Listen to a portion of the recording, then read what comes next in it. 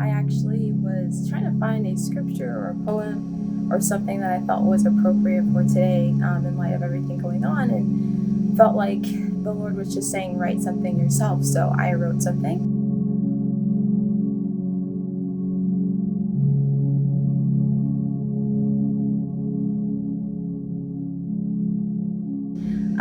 It, I guess, is a poem, but it does not rhyme. So just a heads up about that. Okay, it's like a 2-minute read. So here we go. In this moment, I invite you to put yourself in the shoes of someone who is Black in America. The following examples are based on my personal experience. If I walk into a store that's too nice, it's assumed that I don't have any money because my people are poor. If the way I talk is too ghetto, it's too much for you, unacceptable, and causes me to be overlooked for different opportunities. If I walk into a conference with a selfie device, I'm asked to put it away because surely it is really a gun, and if anyone would shoot up the place, it would be me, right? If I walk outside with a red bandana over my mouth to protect myself from COVID, because it just so happens to be all that I have, people look twice, 3, 4 times to double check if I am a man and if they should call the police. I'm invited into circles because of my talent, yes, but oftentimes because I make you feel better about your whiteness. Because if I'm your friend, then you can't possibly be racist.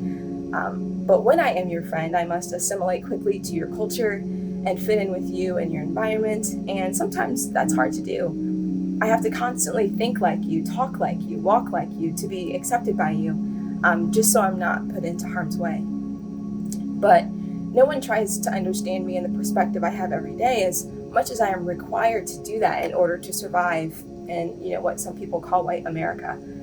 These are just a few of my experiences as a female, but if I'm a Black man, what hope do I have? I am forever at the mercy of how I'm perceived in culture, forever having to prove my innocence so I'm no longer guilty.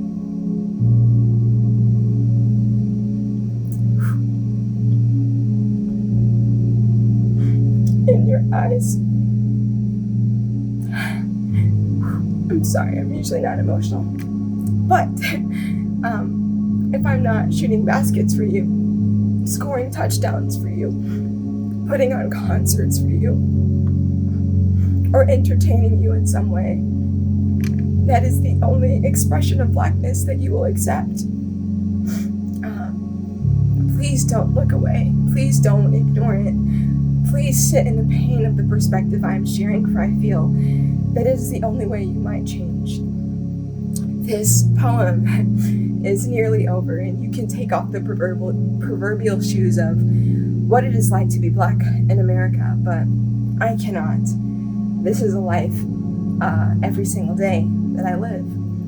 A really good friend of mine who is a white male recently asked me, Erin, what can I do? What do I say? How can I help? I just don't know where to start. And I told him, I said, Drew, in addition to, of course, taking the action steps that were in my most recent Instagram post, what you can do is speak up and not tolerate racism in your community, in your circles, in your conversations, or with yourself.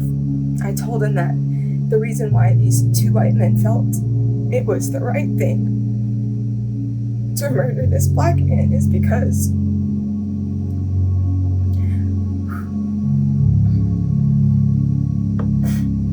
they grew up in an environment where their subtle acts of racism were never confronted. It was never corrected. And it's important that when we see racism, that we say something and that we correct it. That when we do it ourselves, that we say something to ourselves and we correct it in ourselves. That when we teach our children, that we teach them to say something and to correct it. Otherwise, there will be yet again another person murdered wrongfully, and the cycle will repeat once again. And the only way that we can stop that cycle is by inserting and acting on the rhythms and ways of Jesus. That's all I have.